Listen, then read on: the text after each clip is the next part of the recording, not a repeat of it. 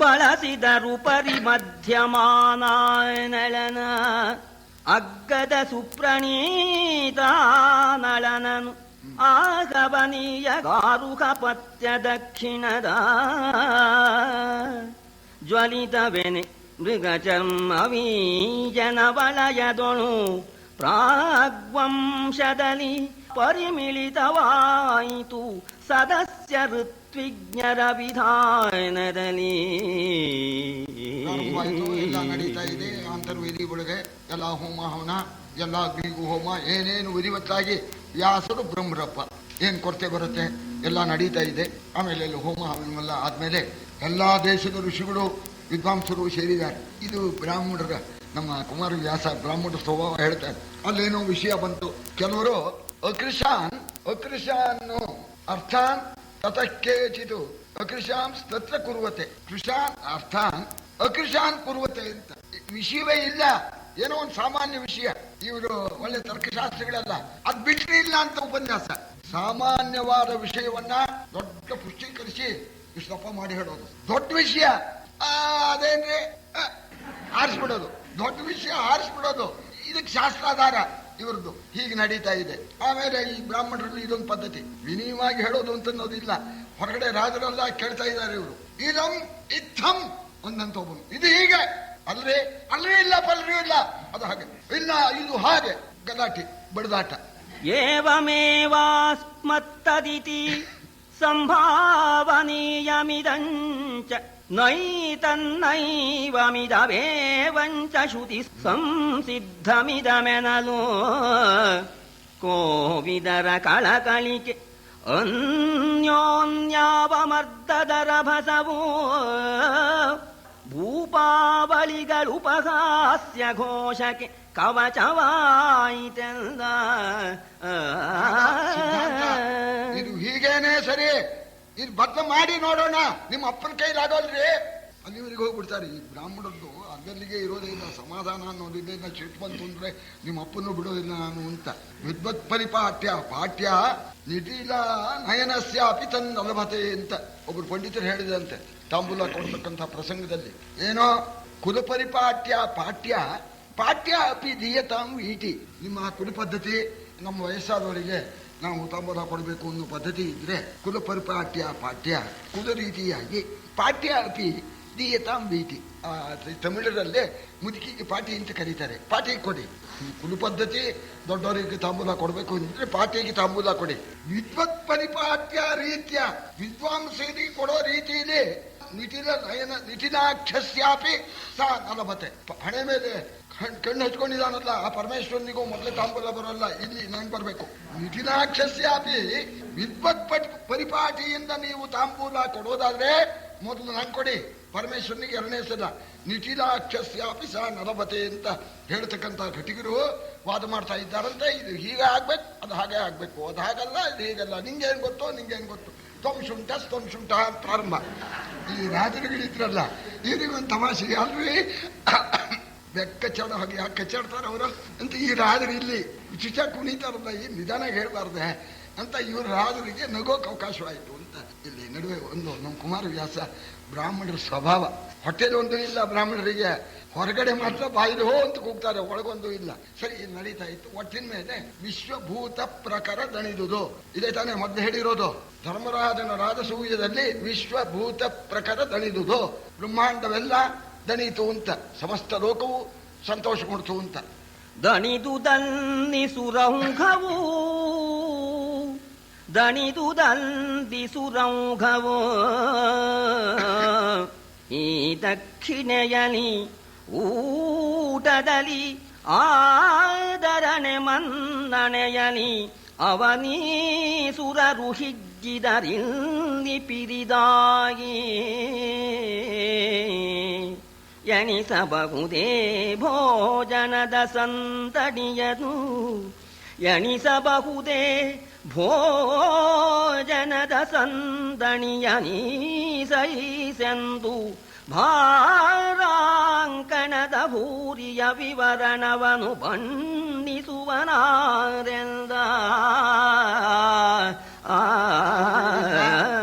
ದೇವತೆಗಳು ತೃಪ್ತರಾದರು. ಅಲ್ಲಿ ದೇವಲೋಕದ ದೇವತೆಗಳು ಹವಿರ್ಭಾಗದಿಂದ ತೃಪ್ತರಾದರು. ಬಂದಂಥ 4 ದಿಕ್ಕಿನ ಮೂಲೆಯಲ್ಲಿ ಆ ಪುಣ್ಯಕ್ಷೇತ್ರಗಳಿಂದ ಬಂದಿರತಕ್ಕಂಥ ಋಷಿಗಳೆಲ್ಲ ಭೋಜನದಿಂದ ದಕ್ಷಿಣೆಯಿಂದ ಸಂತೃಪ್ತರಾಗಿದ್ದಾರೆ. ರಾಜಾದಿರಾಜರುಗಳು ಭಕ್ಷ್ಯಭೋಜ್ಯಗಳಿಂದ ಉಪಚಾರದಿಂದ ತೃಪ್ತರಾಗಿದ್ದಾರೆ. ದೀನಾನಾಥರು ಉಂಡು ತಿಂದು ತೇಗಿಬಿಟ್ಟಿದ್ದಾರೆ. 7 ದಿವಸ ಈ ವೈಭವ ತಿಂದು ತೇಗಿ ದಕ್ಷಿಣೆಯಿಂದ ಎಲ್ಲರೂ ಕೂಡ ತೃಪ್ತರಾಗಿದ್ದಾರೆ. ಈ ಯಜ್ಞದ ಒಂದು ವೈಶಿಷ್ಟ್ಯ ಏನು ಅಂದ್ರೆ, ಅಂತರ್ವೇದಿಯಲ್ಲಿ ಎಲ್ಲ ಹೋಮ ಹವನವೆಲ್ಲ ಮುಗಿದ ಮೇಲೆ ಶಾಸ್ತ್ರಾರ್ಥ ವಿಚಾರಗಳು, ವೇದ ವಿಚಾರಗಳು. ಇದು ಅಂತರ್ವೇದಿಯಲ್ಲಿ ಏನೇನು ನಡೀತಾ ಇದೆ? ವೇದ ವೇದಾಂಗದ ರಹಸ್ಯ ವಿವಾದ ತರ್ಕ ಸ್ಮೃತಿಗಳು ಅಂತರ್ವೇದಿಯಲಿ ಘನಲಗರಿ ಮಸಗಿತು ತಂತ್ರ ಸಂತತಿಯ ಆದುದತ್ತಲು ಗದ್ಯ ಪದ್ಯ ವಿನೋದ ನರ್ತನ ವಾದ್ಯ ಸಂಗೀತಾದಿ ಸಕಲ ಕಲಾನುರಂಜನೆ ರಾಜವರ್ಗದಲ್ಲಿ. ಮಹಾಋಷಿಗಳು ವೇದಾಂಗದ ರಹಸ್ಯ, ಉಪನಿಷತ್ತು, ತತ್ವ, ವೇದಾಂತ, ಅವುಗಳ ವಿಚಾರ ಏನು, ಅವರ ಅಂತಃಕರಣ ಏನು, ಅದರ ತತ್ವ ಏನು ಅಂತ ಆ ವಿಚಾರ ಅದ್ಭುತವಾಗಿ ಅಲ್ಲಿ ನಡೀತಾ ಇದೆ. ಇಲ್ಲಿ ಈ ಹುಡುಗರು, ಒಳ್ಳೆ ಕಂಠ ಇರತಕ್ಕಂಥ ಹುಡುಗರು, ಅವ್ರನ್ನ ಕರೆದು ಈ ರಾಜರುಗಳು, ಮಗ ಒಂದ್ ಪದ್ಯ ಹೇಳ ನೋಡೋಣ, ಒಂದ್ ಗದ್ಯ ಹೇಳಪ್ಪ. ಒಮ್ಮೆ ವಿಸ್ತೃತಪತಿ ಮಾಸೋಪ್ಯ ಶಿಷ್ಯ ಪ್ರವೇಶಿತ ಅಂತ ಗದ್ಯ. ಬಹಳ ಚೆನ್ನಾಗಿ ಹೇಳ್ತೀಯ ಕಣು ಅಂತ. ನಾ ಹೇಳ್ದಂಗೆ ಹೇಳಿದ್ರೆ ಹಾಗೆ ಹೇಳ್ತಿರ್ಲಿಲ್ಲ, ಅವನು ಚೆನ್ನಾಗಿ ಹೇಳಿದ್ದ. ಸರಿ, ಗದ್ಯ ಪದ್ಯ ಇದೆ. ಸಂಗೀತಗಾರರು ಸಂಗೀತ ಹೇಳೋದು. ಶ್ರೀ ರಘುವರ ಸುಗುಣಾಲಯ, ಬಹಳ ಚೆನ್ನಾಗಿ ಹೇಳ್ತೀರಿ ಅಂತ ಸಂಗೀತ. ಇದು ಇಲ್ಲಿ ಇವರು ಖುಷಿಪಟ್ರು, ಅಲ್ಲಿ ದೇವತೆಗಳು ಖುಷಿಪಟ್ರು. ಆ ದೇವತೆಗಳಲ್ಲಿ ಈ ಹವಿರ್ಭಾಗ ಇದೆಯಲ್ಲ, ಅದರಲ್ಲಿ ಪಾಲು ಕೆಲವರಿಗೆ 3ನೇ 1 ಭಾಗ, ಕೆಲವರಿಗೆ 5ನೇ 1 ಭಾಗ. ತಿಕ್ಕಾಟುವಂತಲ್ಲಿ ಹೇಗೆ ನಮ್ಮನ್ನು 3ನೇ 1 ಭಾಗ ಇದೊಂದು ಚೂರು ಬರ್ಬೇಕು ನಮ್ಗೆ ಅಂತ ಅಲ್ಲಿ ಅವರು ಹೊಡೆದಾಡಿ ತಿಂತಾ ಇದ್ದಾರೆ ಅವರು ಹವಿರ್ಭಾಗನ. 7 ದಿನ ಪರ್ಯಂತ ಗಳಿಗೆಗೆ ಮೇಲೆ ಮೇಲಧ್ವರದ ಲಕ್ಷ್ಮಿ ಛಡಾಡಿಸಿತು ಜಾಲಿಸಿ ಚತುರ್ದಶ ಲೋಕಚೇತನವ ಕೇಳಿದೈ ಜನಮೇ ಜಯಕ್ಷಿತಿ ಬಾಲ ಕೇಳಿದೈ ಜನಮೇ ಜಯಕ್ಷಿತಿ ಬಾಲ ಸುರಲೋಕದಲ್ಲಿ ಪಾಂಡುವಿನೋಲಗಕ್ಕೆ ಬಣಗು ಸುರರಿಗೆ ಸಮಯವಿಲ್ಲ ಸುರಲೋಕದಲ್ಲಿ ಪಾಂಡುವಿನೋಲಗಕ್ಕೆ ಬಣಗು ಸುರರಿಗೆ ಸಮಯವಿಲ್ಲೆಂದ. ದೊಡ್ಡ ಭಾಗದಲ್ಲಿ ಈ ಚಿಕ್ಕ ಪಾಲುಗಳು ಅವರೆಲ್ಲ ಆ ಭಾಗ ತಗೊಂಡು ಸಂತೋಷ ಪಡ್ತಾ ಇದ್ದಾರೆ. ರಾಸು ಯಾಗ ಪೂರೈಸುವಂತಹದ್ದಾಯ್ತು, ಪೂರ್ಣಾಹುತಿ ಆಯ್ತು. ಯಜ್ಞ ಪೂರೈಸೋಣ. ಅಲ್ಲಿ ದೇವಲೋಕದಲ್ಲಿ ದೇವೇಂದ್ರ ಡಂಗ್ರ ಹೊಡೆಸಿಬಿಟ್ಟ. ಪಾಂಡು ಮಹಾರಾಜನ್ನ ನಾವು ಸ್ವಾಗತ ಕೋರಿ ಕರ್ಕೊಂಡು ಬರಬೇಕಾಗಿದೆ. ಈ ದಿವಸ ಇನ್ಯಾರನ್ನು ಒಳಗೆ ಬಿಡಬೇಡಿ ಅಂತ ಹೇಳ್ಬಿಟ್ಟಾರೆ. ಬೇರೆಯವರಿಗೆ ಪ್ರವೇಶ ಇಲ್ಲ. ಪಾಂಡು ಚಕ್ರವರ್ತಿಯನ್ನ ನಾವು ಬರಮಾಡ್ಕೋಬೇಕು, ಅವರ ಮಕ್ಕಳು ಯಜ್ಞ ಮಾಡಿಬಿಟ್ಟಿದ್ದಾರೆ ಅಂತ ದೇವೇಂದ್ರ ಅಲ್ಲಿ ಡಂಗ್ರ ಹೊಡೆಸಿದ. ಮಂಗಳವಾದ್ಯ ಸಮೇತವಾಗಿ ವಿಮಾನ ಕಳಿಸಿಬಿಟ್ಟು ಯಮನ ಆ ಅರಮನೆಯಲ್ಲಿ ಅಲ್ಲಿ ಇದ್ನಲ್ಲ, ಯಮನ ಸಭೆಯಿಂದ ಪಾಂಡು ಮಹಾರಾಜನ್ನ ಸಿಂಹಾಸನ ಮೇಲೆ ಕೂರಿಸಿಕೊಂಡು ಕರ್ಕೊಂಡು ಬಂದಿದ್ದಾರೆ. ಇಂದ್ರನ ಸಿಂಹಾಸನ ಪಕ್ಕದಲ್ಲಿ ಪಾಂಡು ಮಹಾರಾಜನಿಗೆ ಸಿಂಹಾಸನ ಹಾಕಿ ಕೂರಿಸಿಬಿಟ್ಟಿದ್ದಾರೆ. ಅಲ್ಲಿ ಈ ಸೂರ್ಯವಂಶದ ಚಂದ್ರವಂಶದ ಎಷ್ಟೋ ರಾಜರು ಇಂದ್ರನ ಸಮಗದ್ಗೆಯಲ್ಲಿ ಕೂತಿದ್ದಾರೆ. ಅವರು ಪಾಂಡು ಮಹಾರಾಜ ಯಾವಾಗ ಬಂದು ಇಂದ್ರನ ಜೊತೆಯಲ್ಲಿ ಕೂತ್ಕೊಂಡು ನಿಜವಾಗೂ ಇವನ ಮಕ್ಕಳು ಪಾಂಡುವನ್ನು ಸ್ವರ್ಗಕ್ಕೆ ಸೇರಿಸಿಬಿಟ್ರಲ್ಲ, ಧರ್ಮರಾಜ ಈ ಯಜ್ಞ ಮಾಡಿದ್ನಲ್ಲ ಅಂತ ಕೇಳಿ ಅಲ್ಲಿರ್ತಕ್ಕಂತಹ ರಾಜ ಋಷಿಗಳು, ಇಂದ್ರನ ಸಭೆಯಲ್ಲಿರ್ತಕ್ಕ ರಾಜ ಋಷಿಗಳು ಧರ್ಮರಾಜನ್ನ ಕೊಂಡಾಡ್ತಾ ಇದ್ದಾರೆ. ಈತನಾರೈ ಪಾಂಡುನಂದನನು ಈತ ಕಾಣಿರೆ ಪಾಂಡುವಿನ ಸುತನು ಈತನೇ ದಿಟ ಪಾಂಡುವಿನ ಮಗನು ಈತನೇ ಎನ್ನುತ್ತ ಪೂತು ಧರ್ಮಜ ಪೂತು ಧರ್ಮಜ ಪೂತು ಧರ್ಮಜ ಪೂತು ಧರ್ಮಜ ಎನ್ನುತ್ತ ರಾಜಂರಾತ ಹೊಗಳಿತು ಭರತ ನಳನಗ ದಶರಥರಿಗಳು. ಇವನೇ ಯಾವ ಪಾಂಡುವಿನ ಮಗ ಧರ್ಮರಾಜ. ಧನ್ಯ, ಶಾಬಾಸ್ ಧರ್ಮರಾಜ, ಅಪ್ಪನ ಸ್ವರ್ಗಕ್ಕೆ ಏರಿಸಿಬಿಟ್ಟಿಯಲ್ಲೋ ಮಹಾನುಭಾವ. ಶಾಬಾಸ್ ಧರ್ಮರಾಜ, ಪೂತು ಧರ್ಮಜ, ಪೂತು ಧರ್ಮಜ, ಶಾಬಾಸ್ ಧರ್ಮಜ, ಬಳಿರೇ ಧರ್ಮರಾಜ ಅಂತ ನಾಳ ದಶರಥ, ಭರತ ಮೊದಲಾದ ಚಕ್ರವರ್ತಿಗಳು ಧರ್ಮರಾಜನ್ನ ಕೊಂಡಾಡ್ತಾ ಇದ್ದಾರೆ. ಆಗ ದಕ್ಷಿಣೆ ಕೊಟ್ಬಿಟ್ರು. ಆ ದಕ್ಷಿಣೆ ಎಷ್ಟು ಅಂತ ಯಾವಾಗಲೂ ಕೂಡ ಮೃತೋ ಯಜ್ಞ ಸ್ವದಕ್ಷಿಣ ಅಂತ ಹೇಳ್ತಾರೆ. ಆ ಯಜ್ಞ, ಒಂದು ಪೂಜೆ, ಇವುಗಳಿಗೆ ದಕ್ಷಿಣೆ ಕಮ್ಮಿ ಕೊಡುದು. ಅದಕ್ಕೆ ಒಂದು ಪ್ರಮಾಣ ಇದೆ. ಆ ಕರ್ಮಕ್ಕೂ ಕರ್ಮದ ಯೋಗ್ಯತೆ, ಮಾಡತಕ್ಕಂಥ ಯೋಗ್ಯತೆ ಎರಡೂ ನೋಡಿ ಅಲ್ಲಿ ವಿಧಾಯಕ ಮಾಡ್ತಾರೆ ಸಭಾಸ್ಥಾನ. ಇಷ್ಟೇ ಸಮ ದಕ್ಷಿಣೆ ಅಂತ ಅಷ್ಟು ಕೊಡ್ಬೇಕು. ಅಷ್ಟು ಕೊಡದೇ ಇದ್ರೆ ಯಜ್ಞ ನಿಷ್ಫಲವಾಗಿ ಬಿಡುತ್ತೆ. ಇಲ್ಲಿ ದಕ್ಷಿಣೆ ಅಷ್ಟೇ ಕೊಡಬೇಕು ಅಂತ ಧೌಮ್ಯರು, ಈ ವ್ಯಾಸರು ಎಲ್ಲ ಸೇರ್ಕೊಂಡಿದ್ದಾರೆ. ಇದಕ್ಕೆ ಇಷ್ಟು ಕೊಡ್ಬೇಕಾಗತ್ತೆ ಅಂತ ನೋಡ. ಅದಕ್ಕೆ ಇನ್ನೊಂದು 1000 ಇಂಟು ಮಾಡಿ ಕೊಟ್ಬಿಡಿ ಅಂದ್ಬಿಟ್ಟ ಧರ್ಮರಾಜ. ಹೇಳಿದ್ದಕ್ಕೆ 1 ಲಕ್ಷ ಜಾಸ್ತಿ. ಏನ್ ಕೊಟ್ರು? ಇವರು ನೋಡಿದ್ರು ಋಷಿಗಳು, ಇಷ್ಟು ಸಿಕ್ಕಿದೆಯಲ್ಲ ಏನ್ ಮಾಡೋದು, ಹೊರೋಕ್ಕಾಗೋಲ್ಲ. ಶಿಷ್ಯನಿಗೆ ಹೇಳಿದ್ರಂತೆ, ಅಲ್ಲ ನೀವು ಅಷ್ಟು ಹೊತ್ಕೋಬೇಕಣ್ಣ. ಆಗ್ಲಿ ಗುರುಗಳೇ, ಆದಷ್ಟು ಹೊತ್ಕೊಡ್ತೀನಿ, ಆಗಲೇ ಇದ್ರೆ ದಾರಿಯಲ್ಲಿ ಹಾಕಿ ಬಂದ್ಬಿಡ್ತೀನಿ. ಶಿಷ್ಯ ಆದ್ರೂ ಹೊತ್ಕೊಂಡ್ರು. ಇವರು ತಲೆ ಮೇಲಷ್ಟು ಹೊತ್ಕೊಂಡ್ರು, ಹೆಗಲ ಮೇಲಷ್ಟು ಹೊತ್ಕೊಂಡ್ರು, ಶಿಷ್ಯನ ಹತ್ರ ಹೊತ್ಕೊಂಡ್ರು, ಎಲ್ಲ ದಕ್ಷಿಣ ಹೊತ್ಕೊಂಡು ಹೋಗ್ತಾ ಇದ್ದಾರೆ. ಆ ಸಂದರ್ಭದಲ್ಲಿ ಇದು ಒಂದು ಮಾತು ಓದ್ತಾರೆ ಕೇಳಿ. ನಾರದ ಋಷಿಗಳು ಎದ್ದು ಬಿಟ್ಟು ಒಂದು ಮಾತು ಹೇಳ್ತಾ ಇದ್ದಾರೆ. ಧರ್ಮರಾಜನ ಯಾಗ ಹೇಗಿದೆ ಅಂತ ಅನ್ನೋದನ್ನು ನೋಡ್ಕೊಳ್ಳಿ ನೀವು. ಕಳೆದವ ಗಣಿತ ಕಲ್ಪವೋ ಇದರೊಳಗೆ ಅಳಿವನರಿಯದರಿಬ್ಬರೇ. ಕಳೆದವ ಗಣಿತ ಕಲ್ಪವು ಇದರೊಳಗ ಅಳಿವನರಿಯದರಿಬ್ಬರೇ. ಮುನಿ ತಿಲಕ ಮಾರ್ಕಂಡೇಯರೋ ಮಶರೂ ಈ ಮಹಾಧ್ವರದ ಸುಳಿವನಾರಲಿ ಕಂಡಿರಿ. ಮಹಾಧ್ವರದ ಸುಳಿವನು ಆರಲಿ ಕಂಡಿರಿ.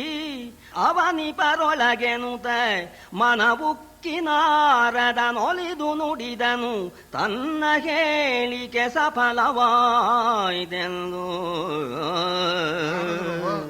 ನಿಜವಾಗೂ ಕೂಡ ಸಂತೋಷಪಟ್ಟು ಕಣ್ಣಿಂದ ಆನಂದ ಬಾಷ್ಪ ಸುರಿಸಿಬಿಟ್ರಂತೆ. ಸ್ವಾಮಿ, ಚತುರ್ಯುಗ ಸಹಸ್ರಾಣಿ ಬ್ರಹ್ಮಣೋ ದಿನ ಮುಚ್ಯತೆ. 4 ಈ ಚತುರ್ಯುಗ, 4 ಯುಗ, 1,000 ಕಳೆದ್ರೆ ಬ್ರಹ್ಮನಿಗೆ 1 ದಿವಸ ಆಗತ್ತೆ ಅಂತ ಹೇಳ್ತಾರೆ. ಆಗ ದೈನಂದಿನ ಪ್ರಳಯ ಅಂತ ಹೇಳ್ತಾರೆ. ಇಂಥ ಎಷ್ಟೋ ಪ್ರಳಯಗಳನ್ನ ನೀವು ನೋಡಿದ್ದೀರಿ. ಒಂದೊಂದು ದೈನಂದಿನ ಪ್ರಳಯದಲ್ಲೂ ಕೂಡ ಎಲ್ಲ ಹೋಗ್ಬಿಡ್ತಾರೆ. ಅಲ್ಲಿ ಉಳ್ಕೊಂಡಿರೋರು ನೀವಿಬ್ರು. ಇಂಥ ಎಷ್ಟೋ ಪ್ರಳಯಗಳು ಕಳೆದ್ರೂ ಕೂಡ ನೀವು ಉಳ್ಕೊಂಡಿರೋರು ನೀವಿಬ್ರು ಈ ಯಜ್ಞಕ್ಕೆ ಬಂದಿದ್ದೀರಿ. ಒಬ್ಬರು ರೋಮಶರು, ಒಬ್ಬರು ಮಾರ್ಕಾಂಡೇಯರು. ಎಷ್ಟೋ ಬ್ರಹ್ಮಕಲ್ಪನೆ ನೋಡ್ಬಿಟ್ಟವ್ರು. ಸ್ವಾಮಿ, ನಿಮ್ಮಂಥ ವಯಸ್ಸಾದವರು ಯಾರೂ ಇಲ್ಲ. ಎಷ್ಟೋ ಪ್ರಳಯವನ್ನೇ ಕಂಡಿದ್ದೀರಿ. ಸ್ವಾಮಿ, ನೀವು ಹೇಳ್ಬೇಕು, ಇಂಥ ಯಾಗ ಈ ಹಿಂದೆ ನಡೆದಿದೆಯೇ ನಿಮ್ ಕಣ್ಮುಂದೆ?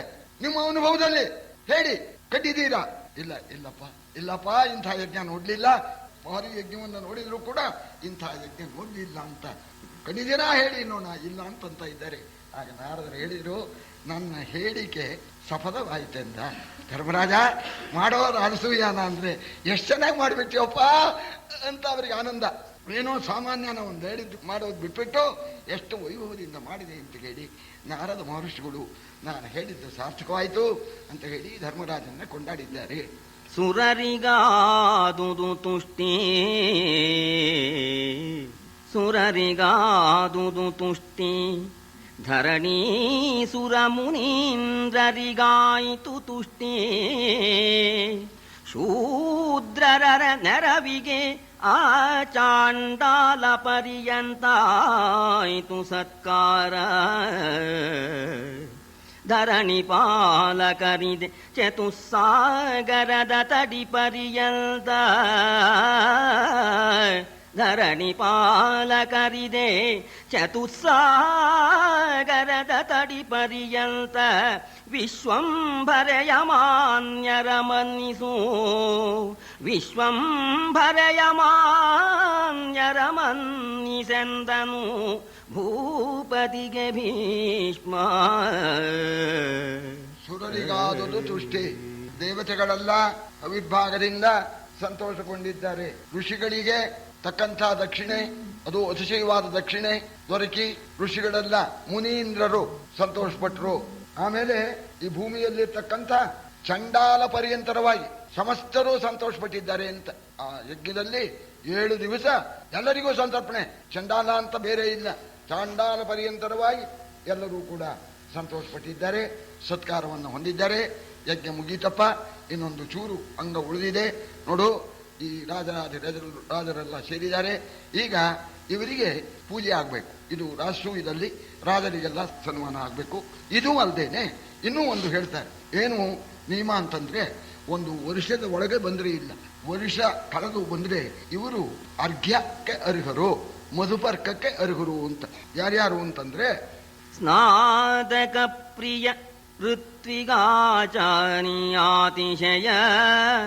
ಗುರು ನೃಪರು ಸಹಿತ ಈ ಭೂತಳದೊಳಿಂತಾರು ಮಾನಿಸರು ಅರ್ಘ್ಯಯೋಗ್ಯರಲೇ. ಪ್ರೀತಿಯನಿ ನೀನರ್ಘ್ಯವನು ವಿಖ್ಯಾತರಿಗೆ ಮಾಡು, ಪ್ರೀತಿಯಲಿ ನೀನರ್ಘ್ಯವನು ವಿಖ್ಯಾತರಿಗೆ ಮಾಡೆನನು. ಮನ್ನಣೆಯಾದ ನಾರನೆ ವೀರನಾರಾಯಣನ ತೋರಿಸಿದ ಪೂಜೆಗೆ ಅರ್ಹರಾಗಿರ್ತಕ್ಕಂಥವರು 6 ಮಾನಿಸರು. ಈ 6 ಜನ ಮಧುಪರ್ಕಕ್ಕೆ ಅರ್ಹರು. ಮಧುಪರ್ಕ ಪೂಜೆನ ಇಂಥವರಿಗೆ ಮಾಡಿಯೇ ತೀರ್ಬೇಕು. ಮತ್ತೆ ಒಂದು ತಿಂಗಳಿಗೆ ಬಂದ್ಬಿಟ್ರೆ, ತಿಂಗಳಿಗೆ ಬಂದ್ರೆ ಇಲ್ಲ, ವರ್ಷ ಆಗ್ಬೇಕು. ಒಂದ್ಸಲ ಮಧುಪರ್ಕ ಪೂಜೆ ಮಾಡಿದ್ರೆ ಮತ್ತು 1 ವರ್ಷದವರೆಗೆ ಅವರು ಪದೇ ಪದೇ ಬಂದ್ರು ಅವರಿಗೆ ಮಧುಪರ್ಕಾದಿ ಪೂಜೆ ಇಲ್ಲ. ವರ್ಷ ಮೇರಿ ಬಂದ್ರೆ ಈ 6 ಜನಕ್ಕೂ ಕೂಡ ಮಧುಪರ್ಕ ಪೂಜೆ ಮಾಡಬೇಕು ಅಂತ ಹೇಳಿ ಶಾಸ್ತ್ರದಲ್ಲಿ ಹೇಳಿದೆ. ಇನ್ನು ರಾಜರೆಲ್ಲ ಬಂದಿದ್ದಾರಪ್ಪ, ಅವರಲ್ಲಿ ಎಲ್ಲ ಇದ್ದಾರೆ ಅಂತ. ಯಾರು ಈ ಪೂಜೆಗೆ ಅರ್ಹರು ಅಂದ್ರೆ, ಆಚಾರ್ಯಂ ಋತ್ವಿಜಂ ಚೈವ, ಆಚಾರ್ಯ ಋತ್ವಿಕ್ಕು, ಸಂಯುಜಂಚ ಯುಧಿಷ್ಠಿರ. ಸಂಯುಜ ಅಂದ್ರೆ ಸಂಬಂಧಿ, ಮಾವ, ಹೆಣ್ಕೊಟ್ ಮಾವ, ಸೋದರ ಮಾವ, ಇವರೆಲ್ಲ ಅರ್ಘ್ಯಕ್ಕೆ ಅರ್ಹರಾಗಿರ್ತಕ್ಕವರು ಆ ಸಂಬಂಧಿಗಳು ಅಂತ. ಸಂಯುಜಂ ಅಂದ್ರೆ ಸಂಬಂಧಿಗಳು. ಸ್ನಾತಕ ವೃದ್ಧಿ ಮತ್ತೂನು ಪ್ರಿಯಂ, ಪ್ರಿಯ ಅಂದ್ರೆ ಸ್ನೇಹಿತ, ನಮ್ಮ ಆಪ್ತ ಸ್ನೇಹಿತ. ಪ್ರಾಗುಗು ಷಟು ಅರ್ಘ್ಯಾರ್ಘಾನ್ ನೃಪತಿ ತಥಾ, ಒಬ್ಬ ರಾಜ. ಇದು 5 ರಾಜ ಸೇರಿದ್ರೆ 6 ಆಯ್ತು. ಈ 6 ಜನ ಅರ್ಘ್ಯಕ್ಕೆ ಅರ್ಹರು ಅಂತ. ಅದಕ್ಕೇನೆ ಋಷಿಗಳ ಆಶ್ರಮಕ್ಕೆ ರಾಜರು ಹೋದಾಗ ಮಧುಪರ್ಕ ಪೂಜೆ ಮಾಡಿದರು ಅಂತ ನಾವು ಪುರಾಣದಲ್ಲೆಲ್ಲ ಕೇಳ್ತೇವಲ್ಲ. ಇಲ್ಲಿ ಎಲ್ಲ ಇದ್ದಾರೆ, ಋತ್ವಿಕರುಗಳಿದ್ದಾರೆ, ಆಚಾರ್ಯರು ಬಂದಿದ್ದಾರೆ, ಬಂಧುಗಳಿದ್ದಾರೆ, ಪ್ರಿಯರಿದ್ದಾರೆ, ರಾಜರಿದ್ದಾರೆ. ಇವರಿಗೆಲ್ಲ ಭೀಷ್ಮರು ಹೇಳಿದ್ರು, ಧರ್ಮರಾಜ ಇನ್ನು ಎಲ್ಲ ಆಯ್ತಪ್ಪ, ಇವರಿಗೆಲ್ಲ ನೀನು ಪೂಜೆ ಮಾಡು. ಪೂಜೆ ಮಾಡಿದ್ರೆ ಈ ಯಜ್ಞ ಸಮಾಪ್ತವಾದಾಗ ಆಗತ್ತೆ ಅಂತಂದಾಗ ಪ್ರೀತಿಯಿಂದ ಭೀಷ್ಮರು ಹೇಳಿದಾಗ ಧರ್ಮರಾಜ ಕೇಳ್ತಾ ಇದ್ದಾರೆ, ಸ್ವಾಮಿ ತಾವು ಹೇಳಿದ್ದೇನೋ ಸರಿ, ಆದರೆ ಈ ಪೂಜೆಯಲ್ಲಿ ಇದೊಂದು ನಿಬಂಧನೆ ಇದೆ. ಹಿರಿಯರಿಗೆ ಮುಂಚೆ ಮಾಡಿ ಆಮೇಲೆ ಕಿರಿಯರಿಗೆ ಮಾಡಬೇಕು. ಇಲ್ಲಿ ಇಷ್ಟು ಜನ ಸೇರ್ಬಿಟ್ಟಿದ್ದಾರೆ. ಧರ್ಮರಾಜ ಕೇಳ್ತಾನೆ ಭೀಷ್ಮರ ಹತ್ರ, ಇಷ್ಟು ರಾಜರು ಸೇರಿದ್ದಾರೆ, ಋಷಿಗಳಿಗೆ ಸೇರಿದ್ದಾರೆ, ಋತುಕಗಳಿದ್ದಾರೆ, ಮೊದಲು ಯಾರಿಗೆ ಪೂಜೆ ಮಾಡಲಿ ಅಂತ. ಮೊದಲು ಪೂಜೆ ಅಥವಾ ಅಗ್ರ ಪೂಜೆ ಅಂತ. ಇದು ಹಿಂದೆಲ್ಲ ಬಹಳ ಇದು ಕೆಲವು ಕಡೆಯಲ್ಲಿ ಇದೆ.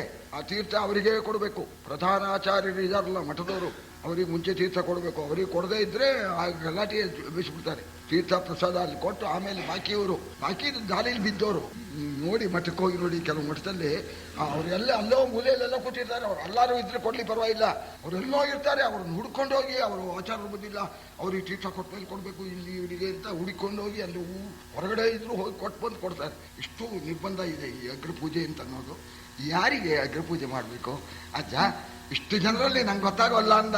ಗೊತ್ತಿರ್ಬೋದು ಧರ್ಮರಾಜನಿಗೆ, ಆದರೆ ಇದೊಂದು ಬುದ್ಧಂತಿಕೆ, ಸರಿ ದೊಡ್ಡವರ ಬಾಯಿಂದ ಹೊರಡಿಸೋಣ ಅಂತ. ಇವರಲ್ಲಿ ಅಗ್ರ ಪೂಜೆಗೆ ಅರ್ಹರಾಗಿರ್ತಕ್ಕಂಥವರು ಯಾರು ಅಂತ ಹೇಳಿ ಧರ್ಮರಾಜ ಕೇಳೋಣ. ಭೀಷ್ಮರಿಗೆ ಪರಮ ಪ್ರೇಮ ಧರ್ಮರಾಜ ಮೇಲೆ, ಪ್ರೀತಿಯಿಂದ ಹಿಂಗಂತಂತೆ ತೋರಿಸಿದ ವೀರನಾರಾಯಣನ ತೋರಿಸಿದ. ಕೂತಿದಾನಲ್ಲಪ್ಪ ವೀರನಾರಾಯಣ ಅಂತ ಹೇಳಿ ಆ ವೀರನಾರಾಯಣನ್ನ ಭೀಷ್ಮರು ಅಗ್ರಪೂಜೆ ಮಾಡು ಅಂತ ಹೇಳಿ ಧರ್ಮರಾಜನಿಗೆ ತೋರಿಸಿದರು. ಈ ಪ್ರಕಾರವಾಗಿ ಬಹಳ ವೈಭವದಿಂದ ಈ ರಾಜಸೂಯಾಗ ನೆರವೇರಿದೆ. ಇದನ್ನ ಸೂಚನೆಯಲ್ಲೂ ಹೇಳಿದ್ದಾರೆ. ಅಲ್ಲಿ ಲೋಮಶರು, ಮಾರ್ಕಂಡೇಯರು ಅವರು ಇಂಥ ಯಾಗ ನಡೀಲಿಲ್ಲ ಅಂದ್ಬಿಟ್ರು. ನಾರದರು ಅವ್ರ ಸರ್ವಿಸ್ನಲ್ಲಿ ಇಂಥದ್ದು ನಡೀಲಿಲ್ಲಪ್ಪ, ಸಂತೋಷವಾಯಿತು ಅಂದ್ರು. ಜಗತ್ತೇ ಸಂತೋಷಗೊಂಡಿದೆ, ಸಮಸ್ತ ವಿಶ್ವಭೂತವೇ ತಣಿದಿದೆ, ನಾವು ತಣಿದಿದ್ದೇವೆ.